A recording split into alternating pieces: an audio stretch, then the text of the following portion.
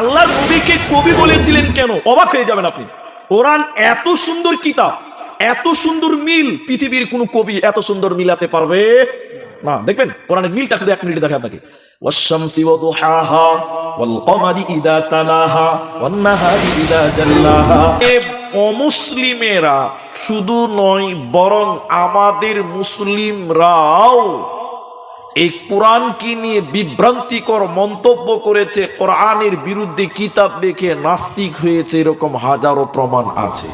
অসীম রেজভী আমাদের উত্তরপ্রদেশের মুসলিমদের ছেলে ছিল, আজকে না হারকা না ধারকা, তার অবস্থা কি হলো? আল্লাহর মার হিসাবের বার। আপনারা তসলিমা নাসরিনের নাম শুনেছেন? বাংলাদেশের। আপনারা একটু হ্যাঁ না বলবেন। পুরুষের সমান অধিকার দেয়নি, বরং নারীদেরকে উপযুক্ত অধিকার দিয়েছে। কথা ঠিক কিনা? হ্যাঁ কিনা বলুন। আপনার মহাবৈজ্ঞানিক আল্লাহ তুমি সৃষ্টি করেছ মরে, লক্ষ কোটি সাজদা করি তোমার কদম বারে বারে। মহাবৈজ্ঞানিক আল্লাহ তুমি সৃষ্টি করেছ মরে,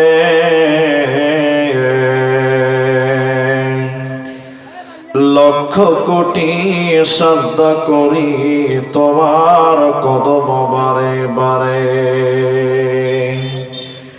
হাত পা চোখ কান সবই তোমার দান, অন্তর থেকে উঠে কথা শোনার লাগি কান।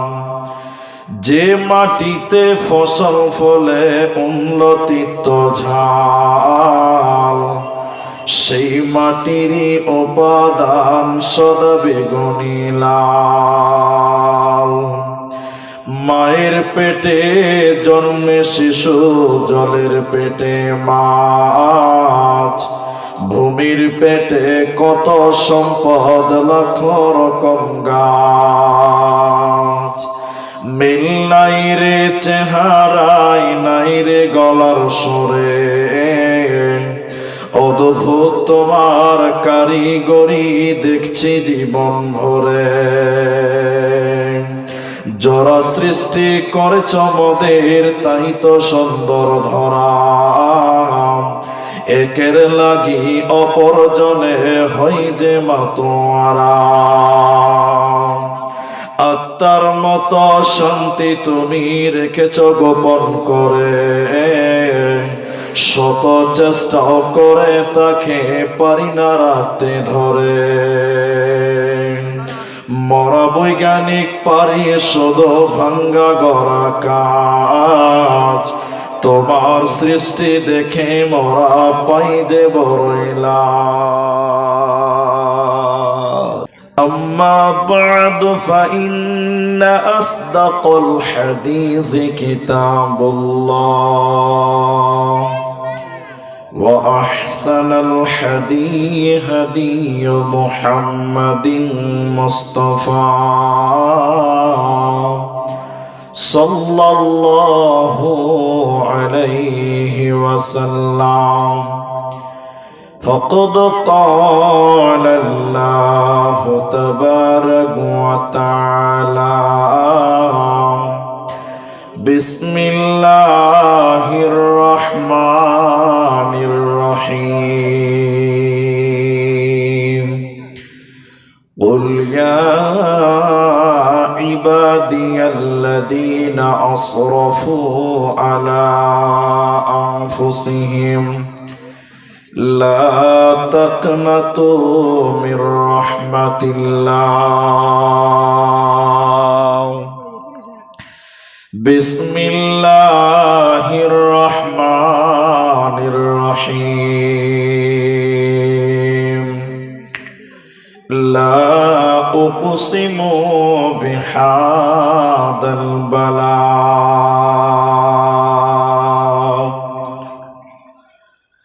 وقال النبي صلى الله عليه وسلم خيركم من تعلم القرآن وعلمه أو كما قال عليه الصلاة والسلام.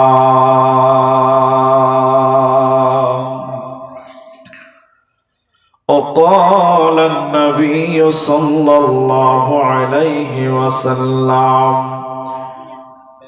الدعاء هو العباد. رواه الترمذي. প্রশংসা সেই আল্লাহর, যে আল্লাহ আমাদেরকে এক মসজিদ কেন্দ্রিক আয়োজিত মাহফিলে বসিয়ে কোরআন এবং হাদিসের আলোচনা করার, আপনাদের শ্রবণ করার যিনি তৌফিক ইনায়াত করেছেন, সেই মহান মুনিবের দরবারে শুকরিয়া আদায় করি। আমরা সকলেই বলি আলহামদুলিল্লাহ। দরুদ ও সালাম বর্ষিত হোক সরকারে কায়নাত তাজদারে মাদানী নবী কুল শিরোমণি ইমামুল আম্বিয়া নবী মক্কি নবী মাদানী নবী আহমদ নবী মুহাম্মদুর রাসূলুল্লাহ সাল্লাল্লাহু আলাইহি ওয়াসাল্লাম। আল্লাহুম্মা আমিন। আল্লাহুম্মা সাল্লি আলাইহি আল্লাহুম্মা বারিক আলাইহি। মোহতারাম ভাইও, আজিজ ও বুজুর্গ দোস্ত, কুরআনুল কারীম দুই জায়গা থেকে কিছু আয়াত, হাদিসে নববী থেকে দুই জায়গা থেকে দুটি হাদিসের টুকরো পাঠ করেছি। উল্লেখিত আয়াত এবং হাদিসকে কেন্দ্রবিন্দুর মধ্যে রেখে গুটি কয়েক কথা বলবো, যদি আল্লাহ তৌফিক দেন তো। আলাইহি তাওয়াক্কালতু ওয়া ইলাইহি উনীব। সম্মানিত উপস্থিতি, আজকে আমার আলোচ্য বিষয় বলার পূর্বে একটি কথা মাত্র আপনাদেরকে অনুরোধ করছি। আপনারা দিনাজপুরের একদম এক প্রান্তের মুসলমান, পার্শ্বে আপনাদের বিহার রয়েছে। আপনাদের সিচুয়েশন বোঝা বড় মুশকিল। তারপরেও আপনাদেরকে বলি যে আমি আপনাদের কিছু কথা জিজ্ঞাসা করব, আপনারা সবাই উত্তর দেবেন, বলুন ইনশাআল্লাহ। আজকে আমার আলোচ্য বিষয় হলো শুধুমাত্র কোরআন। কোরআন সম্পর্কে গভীর কিছু তথ্যবহুল কথা বলবো ইনশাআল্লাহ। পৃথিবীতে যত কিতাব আছে, যা চর্চিত হয়, যা তেলাওয়াত করা হয়, তার মধ্যে সবচেয়ে বেশি যে কিতাবটা তেলাওয়াত করা হয় তার নাম সবাই বলুন কোরআন। মনে রাখবেন, পৃথিবীতে কোরআনকে বিরোধিতা করে যত বই লেখা হয়েছে, কিতাব লেখা হয়েছে, অন্য কোনো কিতাবের বিরোধিতা করে তত কিতাব লেখা হয়নি যতটা কোরআনের বিরুদ্ধে কিতাব লেখা হয়েছে। একটু হ্যাঁ না বলুন। যুগে যুগে কালে কালে অমুসলিমেরা শুধু নয়, বরং আমাদের মুসলিমরাও এই কোরআনকে নিয়ে বিভ্রান্তিকর মন্তব্য করেছে, কোরআনের বিরুদ্ধে কিতাব লিখে নাস্তিক হয়েছে, এরকম হাজারো প্রমাণ আছে। আপনারা তসলিমা নাসরিনের নাম শুনেছেন? বাংলাদেশের। আপনারা একটু হ্যাঁ না বলবেন, সর্ব অবস্থায় আপনাকে জিজ্ঞাসা করব। তো তসলিমা নাসরিন মুসলিমদের একটা মেয়ে, মুসলিমদের একটা বেটি। এই তো ড্যান্স করলে তো মুশকিল হয়ে যাবে বাবা। আরো ছোট করে দিন না, আর করতে হবে না, বেশি ছোট হয়ে গেছে মনে হচ্ছে। একটা আগান্তে ওই জায়গাটা সমান। হ্যাঁ ঠিক আছে, ছাড় ছাড় ছাড়, ঠিক আছে ঠিক আছে, ঠিক আছে। তো কোরআনের ব্যাপারে তসলিমা নাসরিন এক মন্তব্য করেছে এবং তার বিরুদ্ধে বই লিখেছে। আপনারা এইদিকে অ্যাটেনশন হন। ও বলছে নারী পুরুষের সমান অধিকার দিতে হবে। পুরুষ বাজারে যাবে তো মেয়েও বাজারে যাবে, পুরুষ রাজনীতি করবে তো মেয়েও রাজনীতি করবে, মানে কেউ কাউকে আর তাওয়াক্কা করবে না, সবাই বাড়াবার।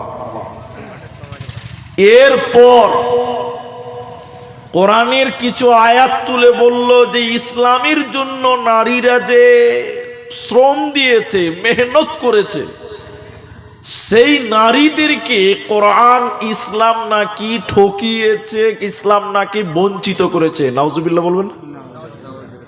বলছে ইসলামের প্রথম শহীদ হয়েছে মহিলা, দ্বীনের দাওয়াত কবুল করেছে মহিলা। এগুলো বলতে অনেকক্ষণ লাগবে, আমি খুলে খুলে বলবো না। এত কাজ করেছে, দ্বীনের সহযোগিতা করেছে নারী, ওই নারী নাকি আবার বাইরে থাকতে হবে। ইসলাম কোরআন মেয়েদের উপরে জুলুম করেছে। আরেকবার বলুন নাউজুবিল্লাহ। আমি বক্তব্য শুরুতেই উদ্ভট নয়, এই প্রয়োজনীয় আরেকটা কথা বলছি। কোনদিন বলবো না যে ইসলাম নারী পুরুষকে সমান অধিকার দিয়েছে, এটা বলা যাবেই না, বলাটাই ভুল। ইসলাম নারী পুরুষের সমান অধিকার দেয়নি, বরং নারীদেরকে উপযুক্ত অধিকার দিয়েছে। কথা ঠিক কিনা? হ্যাঁ কিনা বলুন। আপনারা একটু কথা বলবেন। আপনারা, ইসলামে নারীদের যতটা প্রয়োজন ছিল ততটা দিয়েছে। যদি বলেন না 16 আনা দিতে হতো, তাহলে আপনি আরো বিভ্রান্তি পড়বেন না।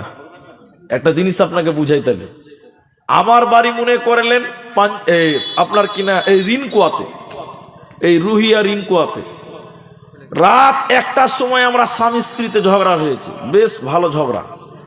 তা আমি সাইকেলটা নিয়ে গেলাম যে এই ঝগড়া তো থামবে না, আমার স্ত্রী বলছে আমি বাপের বাড়ি চলে যাব। চলে এলাম এই গ্রামে, ডাঙ্গাপাড়া না, ডাঙ্গাপাড়াতে এলাম প্রধানের বাড়িতে, মেম্বারের বাড়িতে বা প্রধানের বাড়িতে। এটা একটু সমান নাই, আমি পেছনে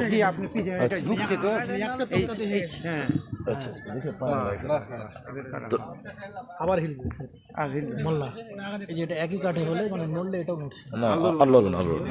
আল্লাহ তো আমি যে কথা বলছিলাম, এদিকে টেনশন হন। রাত 1:30টার সময় স্বামী স্ত্রী ঝগড়া। আমার স্ত্রী বলছে তোমার ভাত খাবো না। এখন সম্মানের ব্যাপার আছে, মান সম্মানের ব্যাপার আছে। আমি সাইকেলটা নিয়ে এই ডাঙ্গাপাড়া গ্রামে এলাম প্রধানের বাড়িতে। রাত 1:30 বাজে। প্রধান ছিল গ্রামের এলাকার মেম্বার ছিল, প্রধান ছিল বেটা ছিল পুরুষ। চাচা চলেন আমার বাড়ি যেতে হবে। কেন এত রাতে কি হয়েছে? আপনার বৌমা খুব ঝগড়া করছে, এখনই পালিয়ে যাবে, নাহলে সকালে ঝামেলা হবে। আপনি এক্ষুনি রাতারাতি চুপে চাপে বিচার করেন। প্রধান ছিল পুরুষ মানুষ, সাইকেলটা নিয়ে বলছে চ দেখি তোর কি ঝামেলা হলো। আচ্ছা বলুন, এই প্রধানটা যদি মেয়ে ছেলে হতো, রাত 1:30টার সময় একটা বেটা ছেলের সঙ্গে যেতে পারতো? বলুন। তসলিমা নাসরিন যে বলছে সমান দিতে হবে, তো এই জায়গাতে সমান অধিকার দেওয়া যাবে? রাস্তাতে দেখতে পাবেন রাতের বেলায় কিছু লেডিস পুলিশ ডিউটি করে, কিন্তু কোনোদিন দেখবেন না রাত 2টার সময় একটা বেটি ছেলে পুলিশ একলা দাঁড়িয়ে আছে, ওর পেছনে 14টা খালু আবার দাঁড়িয়ে আছে। হ্যাঁ কিনা বলুন। তাহলে ইসলাম সমান অধিকার দেয়নি, যতটা প্রয়োজন ছিল ততটা দিয়েছে। একটু হ্যাঁ না বলুন। তাহলে কোরআনের বিরুদ্ধে অনেক কথা বলা হয়েছে, লেখা হয়েছে। তার মধ্যে আমার ভারতবর্ষের এক পুরুষ, তার নাম জানেন? ডক্টর ওয়াসিম রেজভি। পেপার পত্রিকায় হয়তো আপনারা দেখেছেন। একটু হ্যাঁ না বলুন। যেদিন ইসলাম থেকে খারিজ হয়ে যাচ্ছে, সেদিন কোরআন হাতে নিয়ে বললেন এই কোরআন থেকে 26টা আয়াত বাদ দিয়ে দিতে হবে। বলুন নাউজুবিল্লাহ। তো যাই হোক না কেন, যুগে যুগে, শুধু এই যুগে নয়, অতীতেও কোরআনকে বিরোধিতা করত। আল্লাহর নবী যখন কোরআন তেলাওয়াত করতেন, কোরআন বলতেন, কাফেরেরা বলতেন ওয়াকালাল্লাযীনা কাফারু লা তাসমাউ লিহাদাল কোরআন। আবু জাহাল, উতবা সাহেবেরা বলতো তোমরা সব শুনবে, কিন্তু মুহাম্মাদের মুখে কোরআন শুনবে না। কারণ কোরআনই এমনই একটা জাদু মাখানো কিতাব, যে কিতাব যে শুনে সেই ঈমান আনে। সুবহানাল্লাহ বলবেন না? এর নাম কোরআন। আর আমরা মুসলমান, আমরা সেই কোরআনের অস্তিত্ব জানি না। কোরআন কেন, কিসের কারণে, কোথা থেকে এলো, এই ইতিহাস আমরা জানি না, কোরআনের হিস্ট্রি আমরা জানি না। অথচ আমরা মুসলিম, আমাদের কোরআন সম্পর্কে জ্ঞান অর্জন করাটা ফরজ। এটা নফল নয়, ফরজ। আমরা জানি না। আমরা কোরআনকে পর পর 5টা প্রশ্ন করব, একটা একটা করে কোরআনকে প্রশ্ন করব। কোরআন তার পরিচয়, কোরআন তার অস্তিত্ব, কোরআন নিজে দিবে। আপনি একটা একটা করে প্রশ্ন করুন। প্রশ্ন নম্বর 1, কোরআন তুমি কোন জায়গাতে এসেছো তুমি বলো। কোরআন বলছে বিসমিল্লাহির রহমানির রহিম। লা উকসিমু বিহাদাল বালাদ, আমি দুইখানা শহর কেন্দ্রিক নাজিল হয়েছে কোরআন বলছে, একটা মক্কা মুকাররমা, অপরটি মদিনা মুনাওয়ারা। তাওরাত এসেছে তুর পাহাড়ে, শুধু তুর পাহাড়টাই সম্মানিত, কিন্তু কোরআন যে শহরে এসেছে আল্লাহ বলেছে ওয়াহাদাল বালাদিল আমিন, পুরো শহরটাকে আল্লাহ সম্মানিত বলেছে। তাহলে কোরআনে যত সূরা আছে কোনটা মক্কাতে কোনটা মদিনাতে অবতীর্ণ হয়েছে, এজন্য কোরআন বলছে আমি দুইখানা শহর কেন্দ্রিক এসেছে, একটা মক্কা মুকাররমা, অপরটি মদিনা মুনাওয়ারা। কোরআনকে জিজ্ঞাসা করব, কোরআন তুমি কোথায় থেকে এসেছো বলো, তোমার আগমন কোন জায়গা থেকে হয়েছে তুমি বলো। কোরআন বলছে বাল হুয়া কুরআনুম মাজিদ ফি লাওহিন মাহফুজ, আমি লাওহে মাহফুজ থেকে দীর্ঘ 23 বছর জিন্দেগিতে আমি পৃথিবীতে এসেছি, দীর্ঘ 23 বছর সময় আমি দুনিয়াতে এসেছি মুসলমান, অতএব কোরআন লাওহে মাহফুজ থেকে পৃথিবীতে এসেছে। এবার কোরআনকে বলুন, কোরআন তুমি কখন এসেছ তুমি বলো, তুমি কোন মাসে এসেছো তুমি বলো। কোরআন বলছে শাহরু রমাযান আল্লাযী উনজিলা ফীহিল কোরআন, আমি রমজান মাসে এসেছি মুসলমান, কোরআন পৃথিবীতে রমজান মাসে এসেছে, তুমি শুনে নাও। কোরআনকে এবার বলেন, কোরআন রমজান মাসে কখন তুমি এসেছো তুমি বলো। কোরআনকে প্রশ্ন করবেন, কোরআন উত্তর দিয়ে দিবে সঙ্গে সঙ্গে। কোরআন বলো রমজানে কখন এলে, তুমি কোন টাইমে এসেছো বলো। কোরআন বলছে ইন্না আনজালনাহু ফি লাইলাতিল কদর, আমি রমজানের শেষের 10 বেজুর রাত্রিতে আমার আগমন হয়েছে। কোরআনকে সর্বশেষ প্রশ্ন করেন, কোরআন তুমি কেন পৃথিবীতে এলে, তোমার আসার কারণটা বলো, তুমি কেন কিসের কারণে তোমার আগমন হয়েছে, কেন তুমি এলে, তোমার টার্গেট বলো, তোমার উদ্দেশ্য বলো। কোরআন বলছে হুদাল লিন্নাস, আমি মানুষের হেদায়াতের জন্য এসেছি মুসলমান, অতএব কোরআন মানুষকে হিদায়াত দেওয়ার জন্য পৃথিবীতে এসেছে। ও মুসলমান, তুমি কোরআন থেকে হিদায়াত গ্রহণ করো, এরই নাম কোরআন। সবাই বলুন, কোরআন পৃথিবীতে কেন এসেছে? হিদায়াতের জন্য। এই জন্য তিরমিজি শরীফে আর একটা হাদিস আপনাকে 1 মিনিটে বলি। আল্লাহ নবী বলেছেন মানিত্তাবাআল হুদা বিগাইরিল কোরআন আদাল্লাহুল্লাহ। শব্দের দিকে খেয়াল করেন। আল্লাহ বলছেন, নবী বলছেন কোরআন বাদ দিয়ে যদি কেউ কোনো জায়গাতে হেদায়াতের জন্য যায়, কোরআন বাদ দিয়ে অন্য কারো কাছে যদি হেদায়াতের জন্য যায়, ওই লোকটা গুমরাহ হবে। এই কথা আল্লাহ নবী বলেননি, বরং নবীজি বলেছেন আদাল্লাহুল্লাহ, আল্লাহ নিজে তাকে গুমরাহ করবে, পথভ্রষ্ট করে দিবে।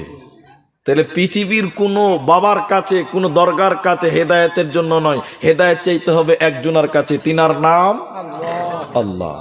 আর হেদায়েতটা নিতে হবে কোরআন থেকে। কোরআন আপনাকে রাস্তা বলে দিবে, থিওরি বলে দিবে যে এই এদিকে এদিকে চলো চলো চলো, আর কোরআনের কথাটা স্বয়ং আল্লাহর কথা। অতএব কোরআন থেকে মানে আল্লাহর কাছ থেকে আপনাকে হেদায়েত নিতে হবে। এজন্য বিশ্ব নবী বলেছেন, এজন্য নবী মুহাম্মদুর রাসূলুল্লাহ সাল্লাল্লাহু আলাইহি সাল্লাম বলেছেন, কোরআন তোমাকে হেদায়েত দিবে, অন্য কেউ নয়। শুধু তাই নয়, কোরআনে আল্লাহ সূরা আনফালের ভিতরে বলেছেন, কোরআন এমনই একটা কিতাব, ওয়া ইদা তুলিয়াত আলাইহিম আয়াতুহু যাদাতুহুম ঈমানা, মুমিন মুমিন যখন এই কোরআন তেলাওয়াত করবে, মুমিন যখন কোরআন শুনবে, মুমিন যখন কোরআন তেলাওয়াত করবে, যাদাতুহুম ঈমানা, তখন মুমিনের ঈমান বাড়বে। আর আল্লাহর কোরআন বলছি, কোরআন শুধু ঈমান নয়, বরং কোরআন মানুষকে হিদায়াত দিতে পারে। অতএব কোরআন আপনার হিদায়াত দিবে, কোরআন আপনার ঈমান বাড়াবে, এরই নাম কোরআন। তবে কোরআন থেকে সবাই ঈমান পাবে না, সবার ঈমান বাড়বে না। আল্লাহ একটা শর্ত বলেছেন, ওইটা 2 মিনিট পর বলছি, তাহলে বুঝতে পারবেন। কোরআন পড়লে ঈমান বাড়ে। তাহলে ওয়াসিম রেজভী ইসলাম থেকে বেরিয়ে খারিজ হয়ে গেল, তাহলে আপনারা কি বলছেন একটু বলুন, ও কি কোরআন পড়ে নাই? হ্যাঁ, ও কোরআন পড়েনি? অবশ্যই পড়ে। ও যদি কোরআন না পড়লো 26টা আয়াতকে চিহ্নিত করলো কি করে বলুন? ও পড়েছে মানে আপনার আমার বাঙালির চাইতে ভালো করে পড়েছে। ও অর্থ দেখে পড়েছে, তাফসির পড়েছে, ও তারপরও গুমরা হয়েছে। তা আল্লাহ যে বলছে যে কোরআন তেলাওয়াত করলে ঈমান বাড়ে, তো ওয়াসিম রিজভীর কমলো কি ব্যাপার? ফর এক্সাম্পল দিচ্ছি আপনাকে, উদাহরণটা খুব ভালো করে বুঝেন, তাহলে বুঝবেন। আপনাদের দেশে একটা গাড়ি আছে, আমাদের দেশেও আছে। ওই গাড়ির নাম আপনারা বলেন টুকটুকি। আপনারা টুকটুকি বলেন তো? টোটো। কেউ টুকটুকি বলে, কেউ টোটো বলে। মুর্শিদাবাদে কোথাও কোথাও চেন্নাই বলে। জি, চেন্নাই বলে। আর আমাদের আসামে যারা গিয়েছেন তারা জানেন, আমাদের দেশে টুকটুকি বললেও চিনবে না, চেন্নাই বললেও চিনবে না। আমাদের দেশে বলে পিলপিলি, পিলপিলি। হ্যাঁ, তো এই টুকটুকি বা পিলপিলি এইটা চলে ব্যাটারিতে, তাই না? এই উদাহরণটা ভালো করে বুঝবেন, তাহলে বয়ান বুঝতে সহজ হবে। আপনাদের স্ট্যান্ডে একটা দোকানি, ওর কাজ হলো ব্যাটারি চার্জ করা। প্রতি ব্যাটারি চার্জ করে 20 টাকা করে নিবে। একদম দিনের বেলায় গাঁদা ব্যাটারি ওর দোকানের বারান্দাতে সব তার লাগিয়ে রেখে দিয়েছে, কারেন্ট হয়েছে। এমন সময় এক খ্যাপা মাথা মোটা দোকানের সামনে দিয়ে দিয়েছে, ব্যাটারির দিকে দেখে বলছে, দোকানদার ভাই, এই প্লাস্টিকের ভিতরে কি হয়েছে এগুলোতে? কত মাথা মোটা, ব্যাটারিকে প্লাস্টিক বলছে। খ্যাপা কি কম আছে? দোকানি বলছে, একে আর কি কারণ বুঝাবো যে কোনটা প্লাস্টিক কোনটা ব্যাটারি? এই দোকানি সুজা বাঙ্গালি বলে দিয়েছে যে এই প্লাস্টিকের ভিতরে কারেন্ট ভর্তি, রাতের বেলায় লাইট জ্বলবে।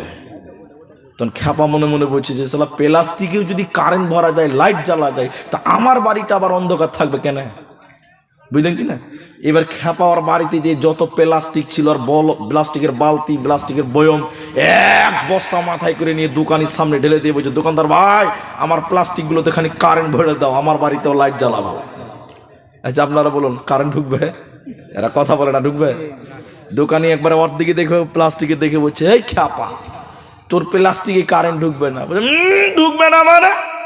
তুমি এখনি বললে প্লাস্টিকে কারেন্ট ঢুকছে, আর আমার বেলায় ঢুকবে না, ফাইজলামি চলছে নাকি? খ্যাপা যখন খুব রেগে গেছে, দোকানি ভয় থরথর করে কাঁপছে, শালা কোথায় মারবে, এর আবার বিচার নাই। খ্যাপার বিচার আছে? আল্লাহ নবী বলেছেন, রুফিয়াল কালাম ওয়ান সালাসিন, 3 জনের জন্য কলম আল্লাহ তুলে নিয়েছে, পৃথিবীতে আর কি বিচার হবে? খ্যাপা যখন রেগেছে, দোকানি থরথর করে কাঁপছে। এই খ্যাপাকে বুঝাতে পারে না। এমন সময় খ্যাপাকে এক বুঝাচ্ছে, একজন এসে বলছে, খ্যাপা, তোর প্লাস্টিকে কারেন্ট ঢুকবে না, দোকানির প্লাস্টিকে ঢুকছে কেন? এই দুটির মধ্যে বিরাট তফাৎ আছে। তফাৎটা কি? এবার বলছে, শোন, তোর আমার দোকানির ব্যাটারিতে, প্লাস্টিকের ব্যাটারির ভিতরে অ্যাসিড আছে, তামা আছে, ইঞ্জিল আছে, পানি আছে, এই সবগুলোকে একত্রিত করে একটা ইঞ্জিল তৈরি করা হয়েছে। এর জন্য এতে চার্জ হচ্ছে, কারেন্ট ঢুকছে, লাইট জ্বলবে, টোটো চলবে, টুকটুকি চলবে। কিন্তু তোর ব্যাটারি, তোর প্লাস্টিকের ভিতরে কিছুই নাই, হাওয়া আছে। কিয়ামত পর্যন্ত তার দিলে তোর চার্জ হবে না। আল্লাহর কোরআন বলছেন, ওয়া ইযা তুলিয়াত আলাইহিম আয়াতুহু যাদাতুহুম ঈমানা। মুমিন যে হবে রে, যখন কোরআন তেলাওয়াত করবে, মুমিনের ঈমান বাড়বে। তাহলে ওয়াসিম রিজভীর পারলো না কেন? আল্লাহ মুমিন বলেছেন, ঈমানের সঙ্গে ইয়াকিনের সঙ্গে কোরআন তেলাওয়াত করতে হবে, তাহলে তোমার ঈমান বাড়বে। সন্দেহ করে যদি কোরআন তেলাওয়াত করো, ভিতরে যদি মাল না থাকে, ঈমান না থাকে, ওর হিদায়াত হবে না, ঈমান বাড়বে না, বাড়বে না। এরই নাম কোরআন। শুধু এতটুকু নয়, বিশ্বনবী বলেছেন কিয়ামতের দিন আল্লাহ দুইজনার সুপারিশকে কবুল করবেন। দুইজনার সুপারিশকে কিয়ামতের দিন মঞ্জুর হবে। তার একজনার নাম কোরআন। যে ব্যক্তি দুনিয়াতে কোরআন তেলাওয়াত করেছিল, যে ব্যক্তিটা দুনিয়াতে কোরআন পড়েছিল, এই ব্যক্তির হয়ে কোরআন কিয়ামতের দিন আল্লাহকে বলবে, আল্লাহ তোমার এই বান্দা আমার তেলাওয়াত করেছিল, কোরআনের তেলাওয়াত করেছিল, আল্লাহ তুমি আমার সুপারিশকে মঞ্জুর করো। আল্লাহ কোরআনের সাক্ষী কবুল করবেন। কোরআন তেলাওয়াত করনে ওয়ালাকে আল্লাহ ক্ষমা করে জান্নাত দিবে। ওতে মুসলমান, কোরআনের সঙ্গে সম্পর্ক করো, কোরআনের সঙ্গে মহব্বত করো, এরই নাম কোরআন।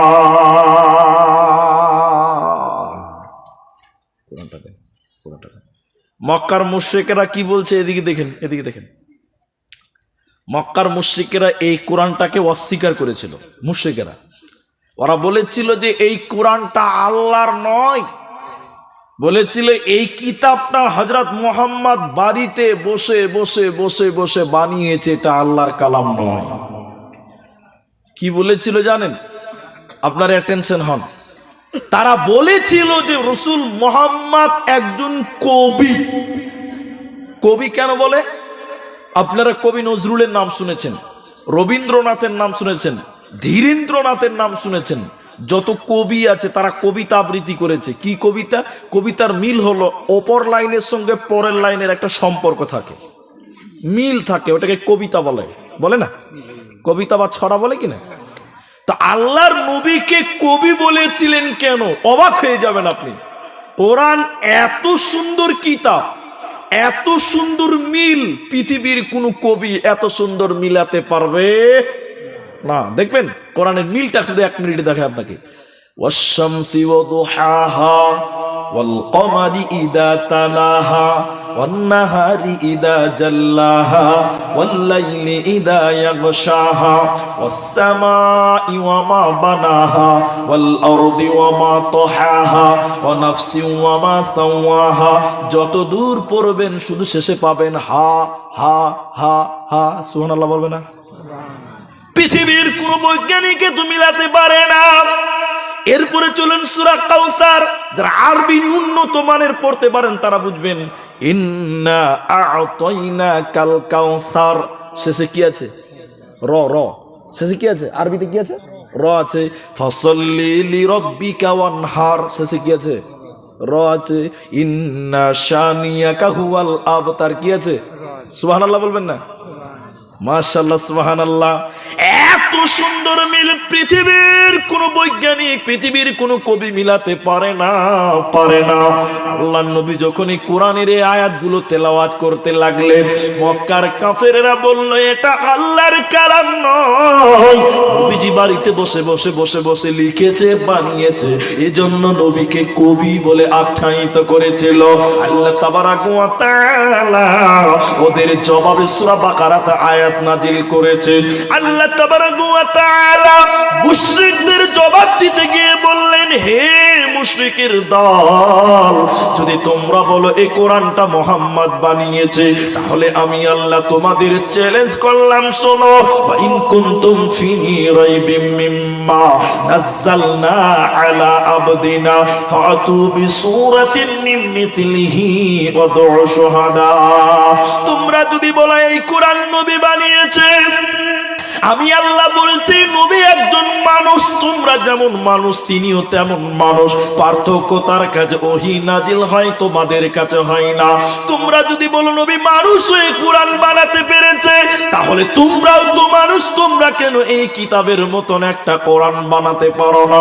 আল্লাহ চ্যালেঞ্জ দিয়ে বলেছে 114টা সূরা বানাতে হবে না, 30 পারা বানাতে হবে না, একটা সূরা তোরা বানিয়ে দেখা, একটা আয়াত বানিয়ে দেখা। পৃথিবীর মুশরিকের দল, ইন কুনতুম সাদিকিন, যদি তোমরা প্রকৃত সত্য হয়ে থাকো, পৃথিবীর কেউ কোরআন বানাতে পারেনি, ভবিষ্যতেও কেউ পারবে না। এরই নাম কোরআন। আমাদের আসামে এনআরসি হয়েছে, এটা জানেন আপনারা? এনআরসি এগুলো হয়ে গেছে আমাদের আসাম। এই মাঝখানে এনআরসির গল্প করলাম কেন? এটা একটা কারণ আছে।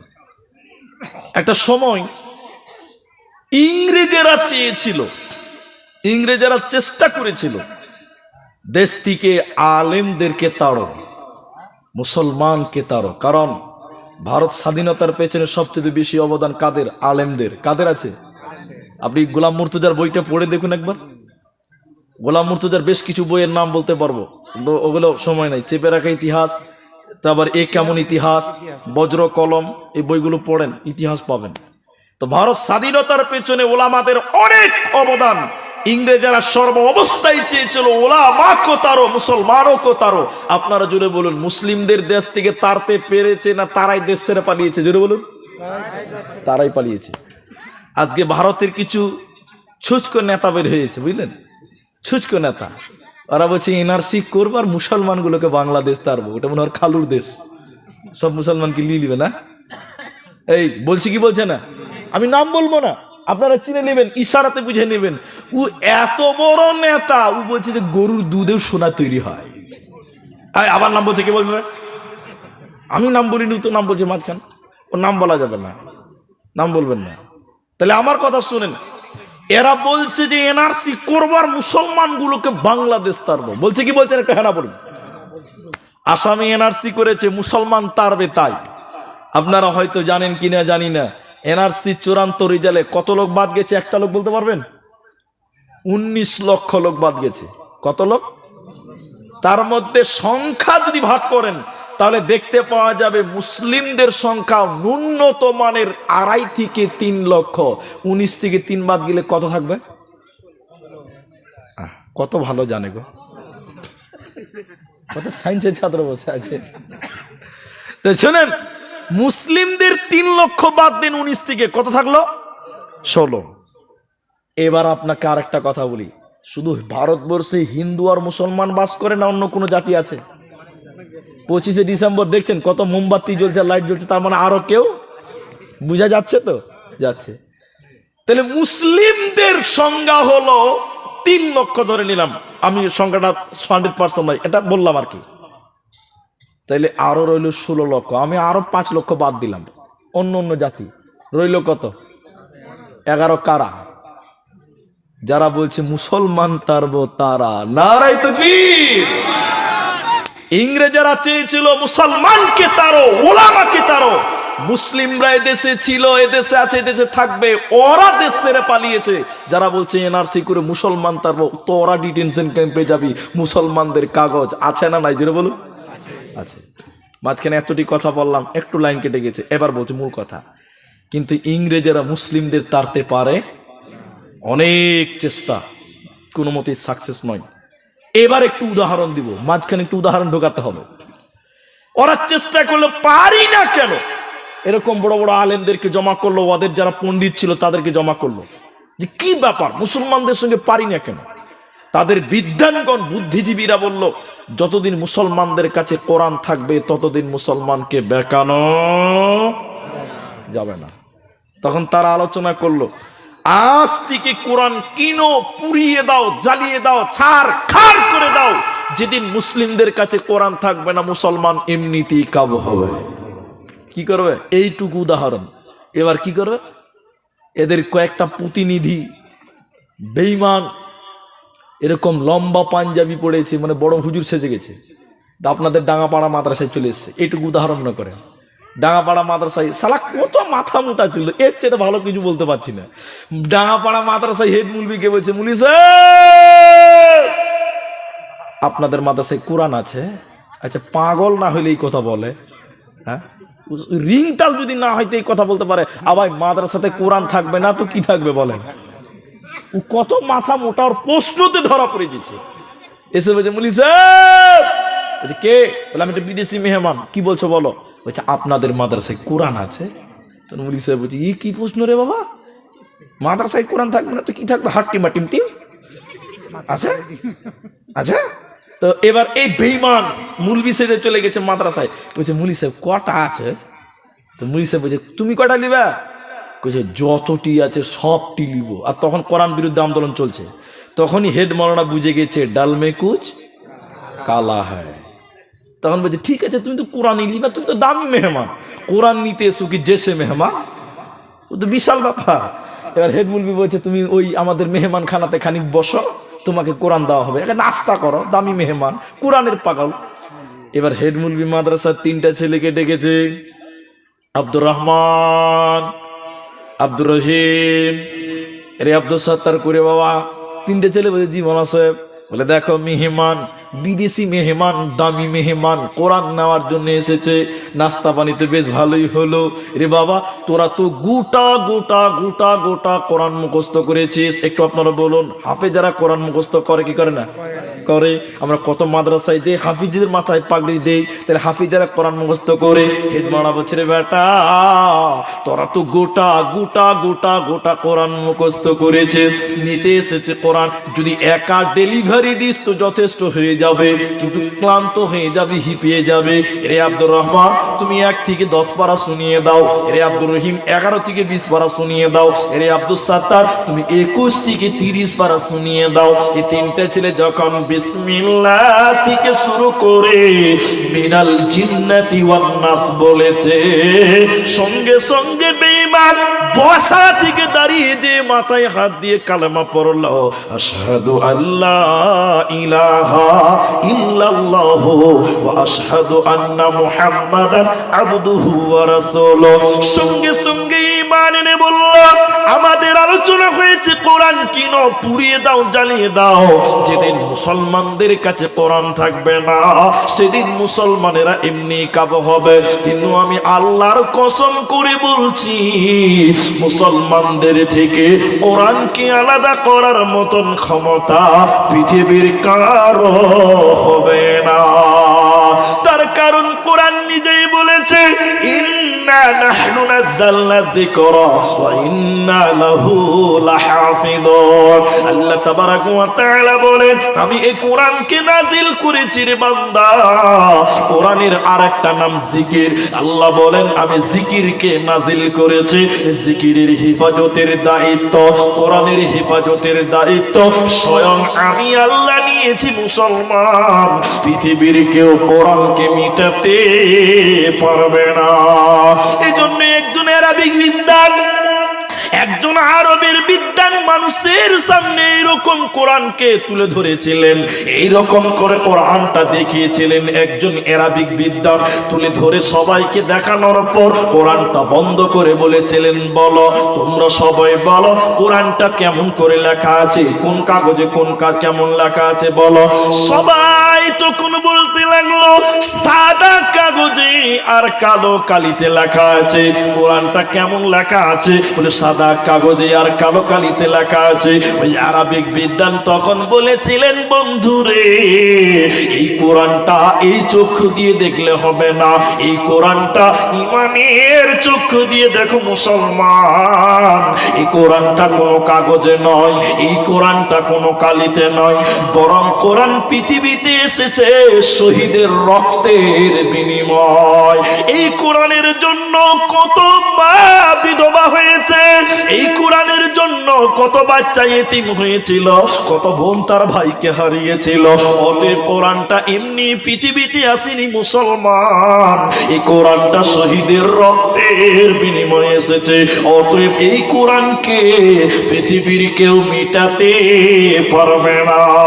আল্লাহ তাবারাক ওয়া তাআলা সূরা বাকারা সূরা নাম্বার 2 পারা নাম্বার 2 রুকু নাম্বার 21 লাইন নাম্বার 12 আয়াত নাম্বার 177 এর মাঝখানে আল্লাহ বলেছেন ওয়াল কিতাব,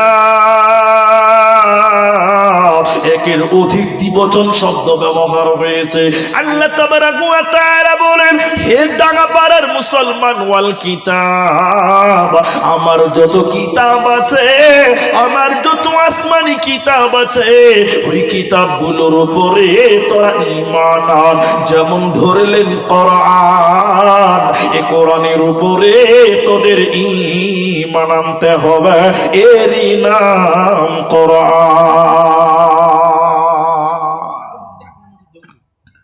আল্লাহ বলছেন পৃথিবীর কেউ কোরআনকে মিটাতে পারবে না। আরেকটা কথা মাঝখানে বলি, জি, সেটা কি? আমাদের সমাজে সবচেয়ে ঘৃণার নজরে দেখা হচ্ছে বর্তমান, সবচেয়ে নিন্দার নজরে দেখা হচ্ছে বর্তমান, তারা হলো তালবিলিনদেরকে। একটু হ্যাঁ না আজকে বলবেন না কালকে বলবেন? হ্যাঁ, তা আপনারা কিছু বলছেন না? যে একটা ছেলে গ্রামে হেঁটে বেড়াচ্ছে টুপি পড়ে,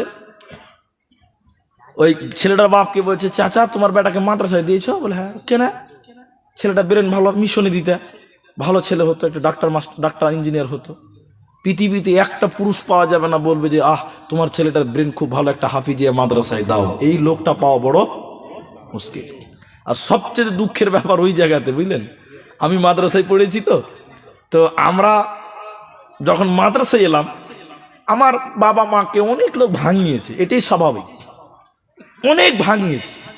এই তো ছেলেটাকে এই ফকিরি বিদ্যা, এই মাদ্রাসায় পড়ে কি হবে, ক টাকা বেতন দিবে, কি হবে, সংসার চলবে না, এ চলবে না, সে চলবে না। আজকে যারা বলছো যে সংসার চলবে না, যারা বলেছিল সংসার চলবে না আর চলবে না, আমি তাদেরকে বলতে চাই আব্দুর রহমানের অবস্থা আজকে কোথায়, তোমার বেটার অবস্থা কোথায়? অতএব এটা হিংসা নয়, এটা অহংকার করে বললাম না, কথাটা হলো এই জায়গাতে আজকে আমাদের মাদ্রাসার ছাত্র থেকে ঘৃণার নজরে দেখা হয় যে এটা ফকিরি বিদ্যা বলে, কি বলে না? অনেক কারণ আছে, শুনেন। আর আল্লাহর নবী কি বলেছেন কোরআনের ব্যাপারে? এই টাঙ্গাপাড়ার মুসলমান, নবীজি বলেছেন খায়রুকুম মান তাআল্লামাল কোরআনা ওয়া আল্লামাহু আও কামা ক্বালা, সবচাইতে ভালো লোককে, এইদিকে নবী বলেছেন খায়র, সবচেয়ে দামি লোককে, ভালো লোককে নবী বলেছেন যে কোরআন পড়ে এবং কোরআন শিক্ষা দেয়, ওই লোকটা হলো সবচাইতে ভালো লোক। বলুন সুবহানাল্লাহ। এদিকে দেখেন আপনারা, মসজিদের মুলি সাহেবের বেতন কত, মসজিদের ইমামদের বেতন কত? 5,000 7,000। খুব ভালো। আপনারা ছেলে মেয়েকে মাদ্রাসায় দিবেন কেন? এটাও একটা প্রশ্ন। দেবেন কেন?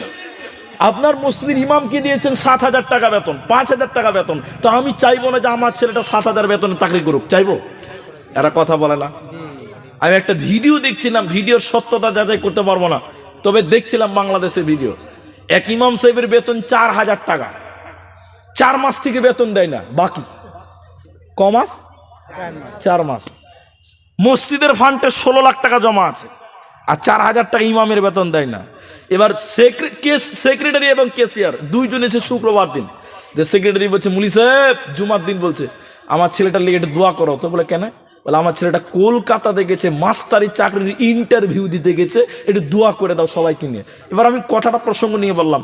এবার ইমাম সাহেব নামাজের পর বলছে সবাই বসেন, সেক্রেটারির ছেলে কলকাতায় ইন্টারভিউ দিতে গেছে, চাকরির ইন্টারভিউ, আমরা একটু দোয়া করবো, একটু দোয়া চেয়েছে। এবার মুলি সাহেব কি জিনিস, এবার মুলবি যে কি জিনিস এবার বুঝতে পারবেন। এবার মুলি সাহেব দোয়া করছে, রব্বানা আতিনা ফিদ দুনিয়া, দোয়া করতে করতে বলছে আল্লাহ সেক্রেটারির ছেলে কলকাতা গেছে চাকরি ইন্টারভিউ দেওয়ার জন্য, আল্লাহ তুমি ছেলেটার চাকরি মঞ্জুর করো, বেতন যেন আমার সমান হয়। সঙ্গে সঙ্গে সেক্রেটারি হাত নামিয়ে দিয়েছে। এই মুলি সাহেব এটা কেমন দোয়া হলো? ও মুলি সাহেব এটা কেমন দোয়া হলো? তোমার সমান বেতন মানে 4,000 টাকা বেতন আমার ছেলের হবে? তখন মুলি সাহেব বলছে যে আমার যদি হয়তো তোমার কেন হবে না? আমার যদি হয়তো তোমার ছেলে কেন হবে না? তখন বলছে মুরি সাহেব, হ্যাঁ আপনাদের বেতনে বরকত আছে। এই ডিজাইনের লোক আপনার দিকে নাই বলে না? যে বলে যে মুলবির বেতনে বরকত আছে, সঙ্গে সঙ্গে বলে তোরটা আমাকে দামাটা তুলে বরকত তুলি যা, লে তুই বরকত লে বাড়িয়ে যা। এগুলো হলো কৌশলে চালাকি। এই যে কথাটা যে মুলবি সাহেব তোমার বেতনে বরকত আছে, আরে দুনিয়ার হালাল যে কোনো ইনকামে বরকত আছে, যে কোনো হালাল ইনকামে কি আছে? বরকত আছে। তুই যে বলছে মুলবির বেতনে বরকত আছে, সঙ্গে সঙ্গে বলেন তাহলে আমার বরকত তুই বাড়ি নিয়ে যা, তোর 50,000 টাকা আমাকে দে, তোর মাস্টারি বেতনটা আমাকে দে, তুই বরকত নিয়ে যা। ছি ছি। আমরা কোরআনের মৌজিজা বুঝি না, কোরআনের গুরুত্ব আমরা বুঝি না। আর আল্লাহর নবী বললেন খায়রুকুম মান তাআল্লামাল কোরআনা ওয়া আল্লামাহু, সবচাইতে ভালো লোক কে? নবীজি বলেন যে কোরআন শিখলো, যে কোরআন শিখালো, ওই লোকটা আমি নবীজির নজরে সবচাইতে ভালো। শুধু তাই নয়, যে আয়াতটা শুরুতে বলেছেন এবার শোনেন, মক্কার বাহির থেকে যারা মক্কাতে হজ করতে আসে, কাবাতে ইবাদত করতে আসে, কাবাতে আবু জাহাল, উতবা, সাইবা এরা মক্কাতে এলান করে বেড়াচ্ছে, বলে বেড়াচ্ছে ও বিদেশের লোকেরা, ও দেশ বিদেশের লোকেরা, তোমরা যারা আমাদের মক্কায় এসেছো শোনো, আমাদের এখানে একটা পাগল আছে, ওই পাগলের কথা তোমরা শুনবে না।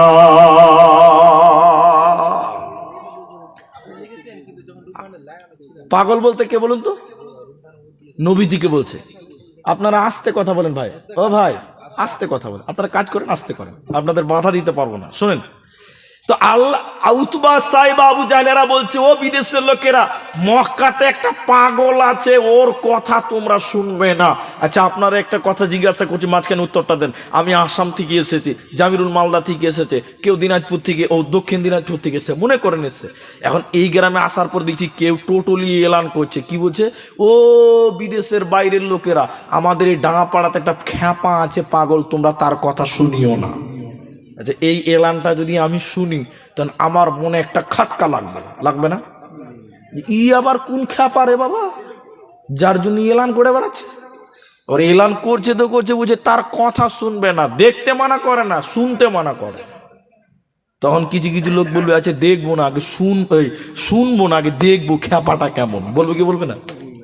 তা আল্লাহ নবীকে বিদেশের লোকেরা কেউ চিনে না।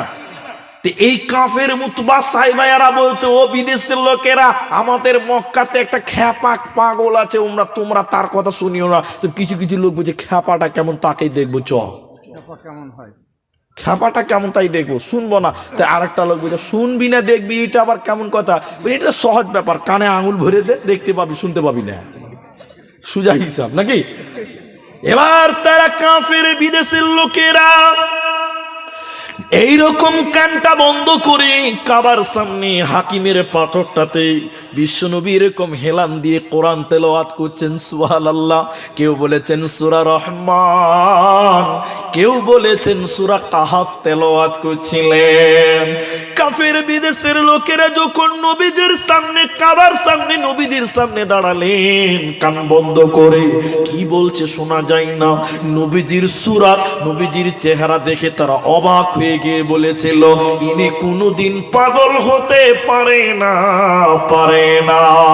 তার কারণ পাগল দেখলেই চিনা যাবে, পাগলের চেহারা নোংরা থাকবে, ধুলো মলিন থাকবে, পাগলের চেহারা নোংরা, চুলগুলো উস্কো উস্কো থাকবে। নবীজির চেহারা দেখে বলেছিল ইনি কোনোদিন পাগল হতে পারে না, পারে না। কারণ পাগল কোনোদিন এত সুন্দর পরিপাটি থাকে না। এবার ওই বিদেশি লোকেরা কান থেকে আঙুল বের করে নিল, নবীজির জবানে যখন কোরআন শুনতে পেল, তারা সঙ্গে সঙ্গে নবীজির সামনে বসে নবীজির হাতে হাত রেখে কালেমা পড়তে বাধ্য হয়েছিল। ওতে মুসলমান, কোরআন এমনই একটা কিতাব, তোমার ইহকাল কামিয়াব হবে, পরকাল কামিয়াব হবে, এরই নাম কোরআন। এদিকে দেখেন, আমাদিকে দেখেন, পৃথিবীতে লন্ডন থেকে কিতাব আনা হয়েছে, লন্ডন থেকে 1.5 লাখ টাকা দাম, বিরাট বড় কিতাব। নিয়ে এসে রাত দিন পড়ছে, বিড় বিড় বিড় বিড় করে পড়ছে। আচ্ছা, একটা কিতাব পড়লে জ্ঞান বাড়বেই গ্যারেন্টি দেওয়া যাবে? ওরা কথা বলে না যে যাবে। জ্ঞান বাড়তেও পারে, নাও পারে। জি ভাই, সব কিতাবে জ্ঞান বাড়বে তো ভাই, অনেকের জ্ঞান কমেও যায়। অনেক বই আছে মানুষের বিবেক নষ্ট হয়ে যাচ্ছে। তাহলে একটা লন্ডন থেকে 1.5 লক্ষ টাকা কিতাব এনে বিন বিন বিন করে সারাদিন পড়ছে, জ্ঞান বাড়তেও পারে, নাও। নেকি মনে হয় মেলাই পাবে না? হ্যাঁ, নেকি পাবে? কিচ্ছু পাবে না, কোনো কিছু নাই বাবা। কিন্তু সুবহানাল্লাহ, আমাদের আহলে হাদিসের এটা অভাব আছে। কোথায় সুবহানাল্লাহ বলতে হয় জানে না, এটা জানে না আমাদের লোকেরা।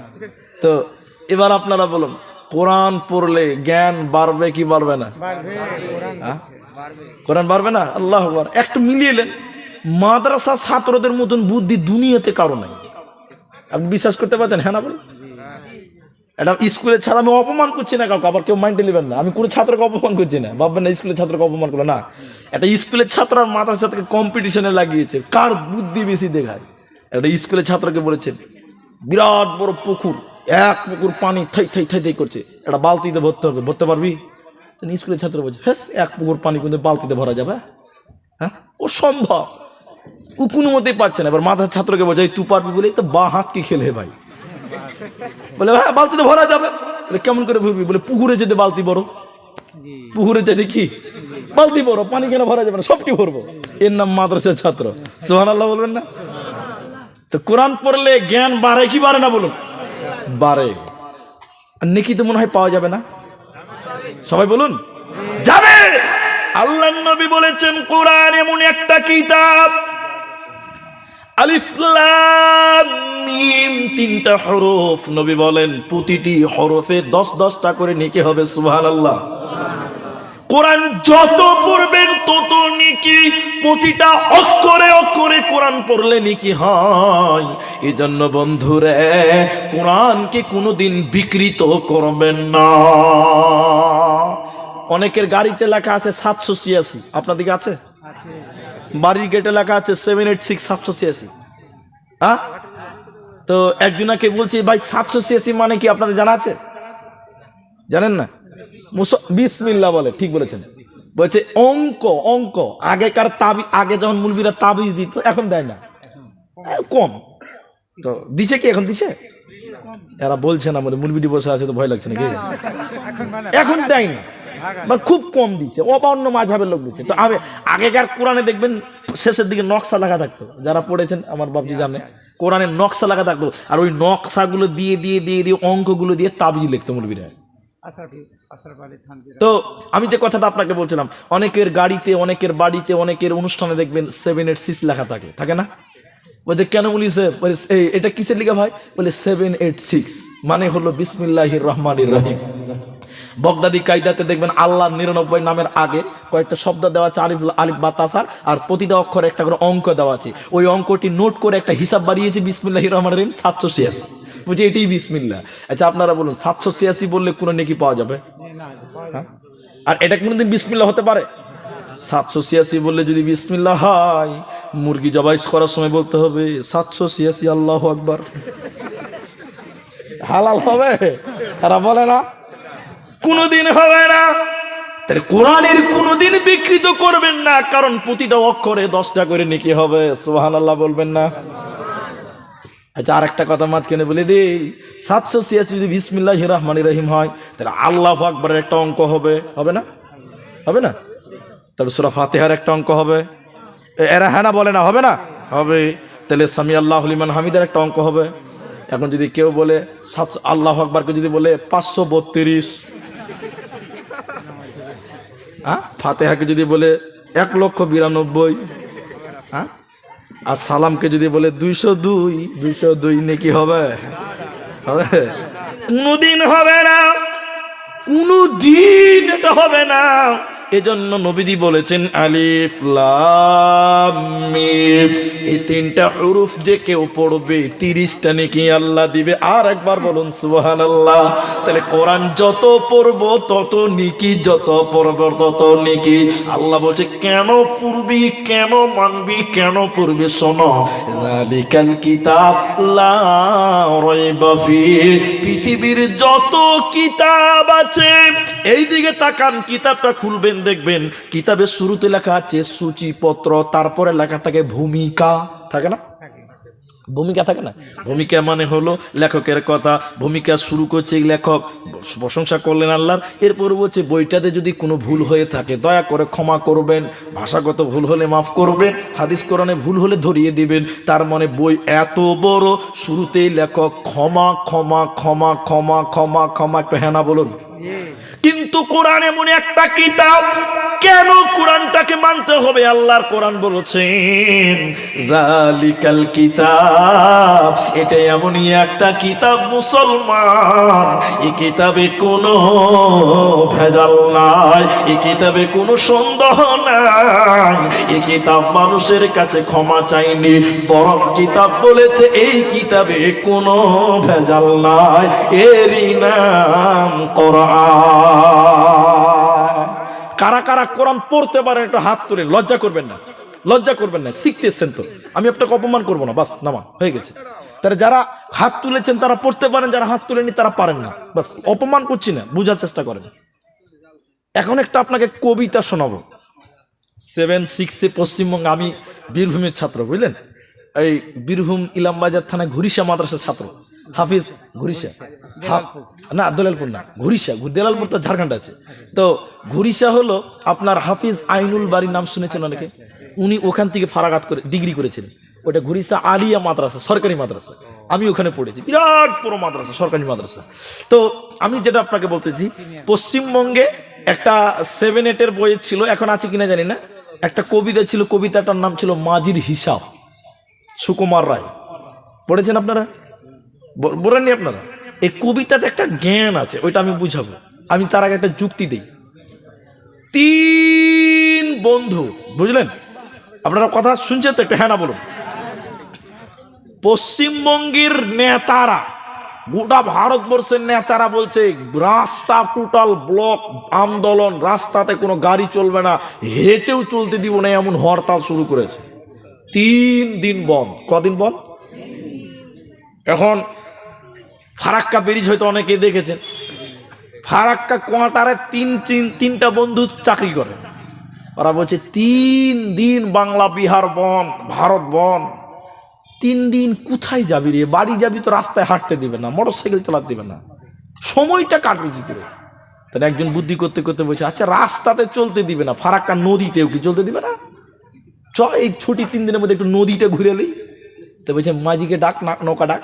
একটা লোক বলছে, 3 বন্ধুর একজন বলছে মাঝি ভাই, কি ভাই এসো আমাদের একটু নদীটা ঘুরিয়ে দেখাও তো, কটা আলিবা, গরিবের বাচ্চা যা আলিবে তাই। এবার উঠলো 3 বন্ধু, উঠেই বলছে হারে লুডু আনলি না, টাস আনলি না, ক্রাম আনলি না, তো 3 দিন সময়টা কাটবে কি করে বল? নৌকাতে তো সময় কাটতে হবে, এটা বিষয় তো রেডি করতে হবে।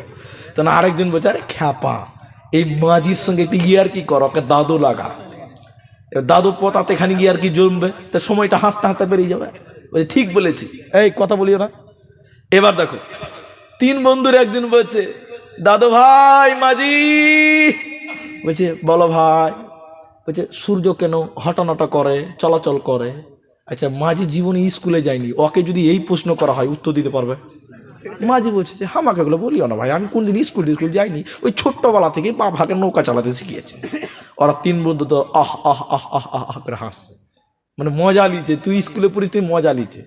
আরেকজন বলছে মাঝি রাত কেন অন্ধকার, দিন কেন আলো, বিরাট প্রশ্ন। মাঝি খালি আমাকে এগুলো বলিয়েন না ভাই, আমি কোন স্কুল টিস্কুল যাইনি। ওরা 3 জন আহ আহ আহ আহ আহ আহ আহ আহ করতে করতে হাঁটছে।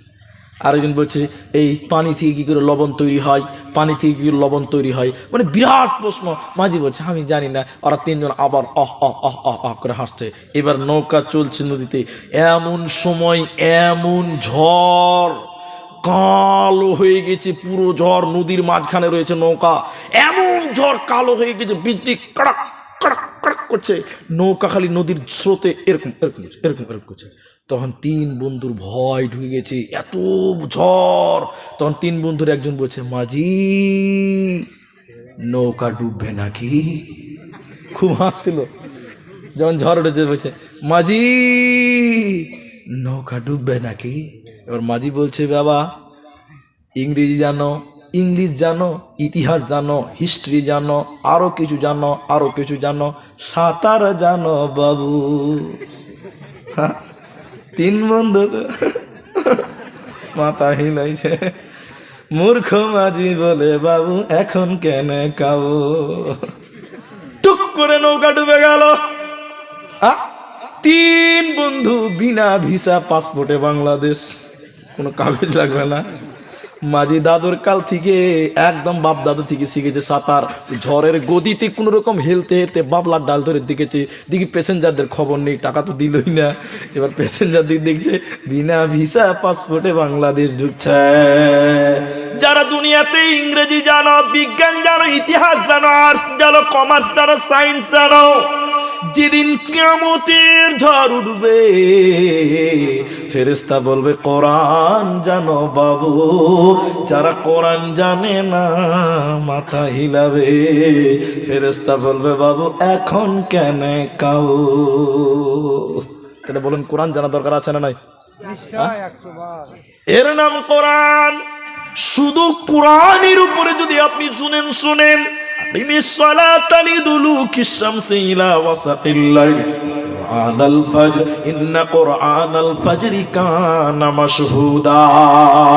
আল্লাহ তাবারাক ওয়া তাআলা বলেন, 5 ওয়াক্তের নামাজ যে পড়বে, আর যে লোক সকাল সন্ধ্যা কোরআন তেলাওয়াত করবে, 5 ওয়াক্তের নামাজ পড়বে আর সকাল সন্ধ্যা কোরআন তেলাওয়াত করবে, আল্লাহর কোরআন বলছে কিয়ামতের দিন ওর জন্য কোরআন সাক্ষী দিবে।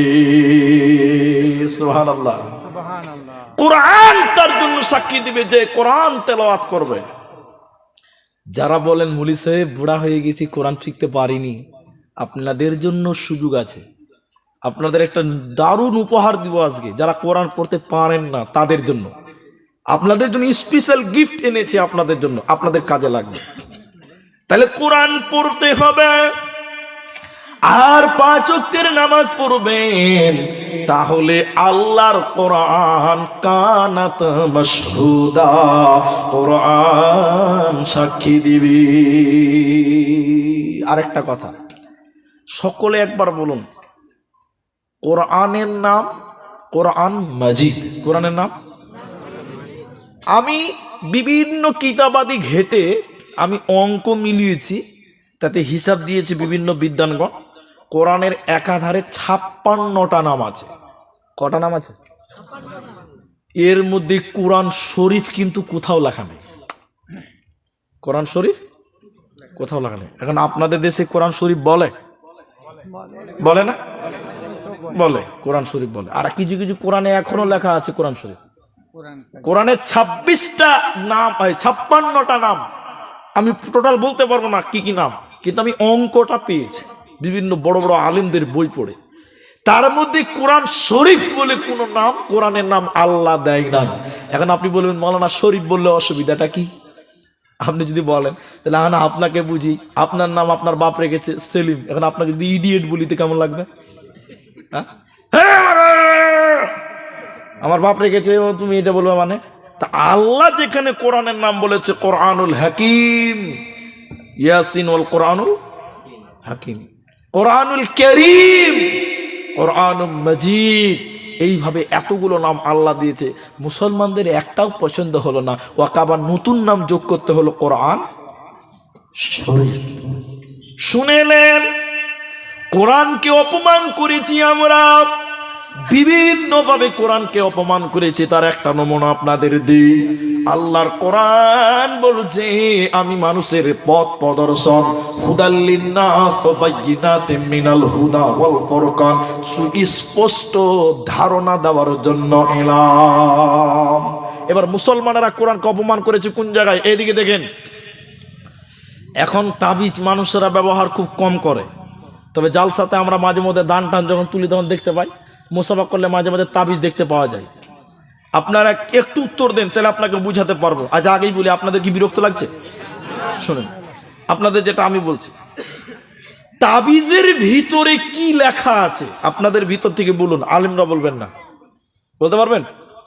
তাবিজ যে পড়ছেন আপনি, তাবিজের ভিতরে কি লেখা আছে আপনি জানেন? জানেন না? যেন আপনি বলবেন যদি জানি তো মুলবির গায়ে তাবিজ কেন লিব, আমি নিজে লিব। হ্যাঁ, তাবিজের ভিতরে যেটা লেখা আছে সেটা হলো কোরআন। কি লেখা আছে? কোরআনের আয়াত, আর বুঝে বললাম কোরআনের নকশা। আচ্ছা, এখন আপনাকে আমরা মুসলমানেরা কোরআনকে কোন জায়গায় অপমান করেছে এটা আপনাকে বুঝাচ্ছি। এখন আপনাকে কোরআনটা দিলাম, এদিকে দেখেন, কোরআনটা দিয়ে বললাম ভাই আমার পায়খানাটা খুব মার্বেল পাথর করা আছে, মাজাক করা আছে, এই কোরআনটা নিয়ে আমার পায়খানাতে একটু পায়খানা করা আসেন। আপনাদের ভিতর থেকে কে যাবে? যাবে কেউ? না মরি স্যার, যে লোকটা একদিনও নামাজ পড়ে না ও বলবে কোরআন নিয়ে পায়খানায় যাওয়া যাবে না। যাবে গো? যাবে না। এখন তাবিজ নিয়ে মানুষ পায়খানায় যায়, যায় না? না আপনার দিকে বলে তাবিজটা লেখে আমি পেশাব করে আসি, কেউ বলবে না। তাহলে তাবিজ নিয়েই কিন্তু আমরা, তাহলে তাবিজের ভিতরে কি ভরা আছে সবাই বলুন? কোরআন। এই কোরআনটা মুসলিম আমরা অপমান করলাম। বন্ধুরে আমার, কোরআনকে অপমান করার এটা একটা বিরাট চক্রান্ত। তাবিজ নিয়ে পায়খানায় যান, পেশাব করতে যান, অথচ তাবিজের ভিতরে ভরা আছে কোরআন। আমি সোশ্যাল মিডিয়াতে আপনাকে বলছি, পালাবার পথ নাই। আমাদের সাথী ছিল, আমাদের গ্রামের সাথী, তার নাম শামসুল। ও দেখছে হয়তো সোশ্যাল মিডিয়াতে, দেখতে পাবে আমি মিথ্যা কথা বলে ধরা পড়ে যাব। মাদ্রাসাতে তাবিজ নিয়ে এসেছিল, বুঝলেন? তাবিজ নিয়ে এসেছিল, তো জানতাম না, আমরাও জানতাম না তখন, ছোট বাচ্চা। এত বড় তাবিজ, চারকোনা তাবিজ, দেখিনি একটু বড় সাইজের। আপনি বিশ্বাস করতে পারবেন না, আসলে বিশ্বাস করার কথাও নাই, কিন্তু আমি কসম আল্লাহর বলছি। কারি সাহেব মাদ্রাসাতে বললেন যে তাবিজ ভাঙতে হবে, তাবিজ রাখা যাবে না। তো তালবিলিম মানে বুঝতে পারছেন, এরা মানে হুজুকে চলে। ভাঙতে হবে মানে ভাঙবো, কি আছে দেখবো, আছে কি দেখবো। এবার বাস খেপে গেল তালবিলিমরা, এবার তাবিজ ভাঙলাম। আল্লাহি, আল্লাহর কসম, ওই তাবিজের ভিতরে টোটাল কোরআনটা ভরা আছে, টোটাল কোরআন। পড়তে পারলাম না, পড়লাম সূরা ফাতিহা এবং সূরা বাকারার প্রথম পৃষ্ঠা, আর শেষের দিকে সূরা নাস আর ফালাক, বাকি আর পড়তে পারলাম না। টোটাল কোরআনটা তাবিজের ভিতরে ভরা আছে। এবার বলুন, এই তাবিজ নিয়ে পায়খানায় গেছে, যায় নাই? পেশাব করতে স্ত্রীর কাছে যায় না মানুষেরা? যেখানেই যাই মানুষেরা এই তাবিজকে নিয়ে যায়। তাইলে বলুন, এই কোরআনকে আমরা অপমান করলাম না? সুপারিশ করবে? মুসলমান বুঝুনি তুমি কোরআন কি? তুমি এখন পর্যন্ত বুঝতে পারোনি কোরআনের কি গুরুত্ব রয়েছে। আল্লাহর নবী বলেছেন কোরআন আপনার সামনে থাকবে কিয়ামতের দিন, আপনি থাকবেন পরে, কোরআন আপনার আগে। আপনার কথা বলতে হবে না, কোরআন আপনার জন্য কথা বলবে। আর আপনি যদি কোরআনকে পায়খানায় নিয়ে যান, পেশাবখানায় নিয়ে যান, কোরআন কোনোদিন আপনার উপকার করবে না। এরই নাম ফুরকান। মায়েরা আমার, ও বোনেরা আমার, নবীজির জামানা থেকে এই পর্যন্ত কোরআন কেমন করে এলো এই ইতিহাসটা আপনাকে 2 মিনিটে বলি।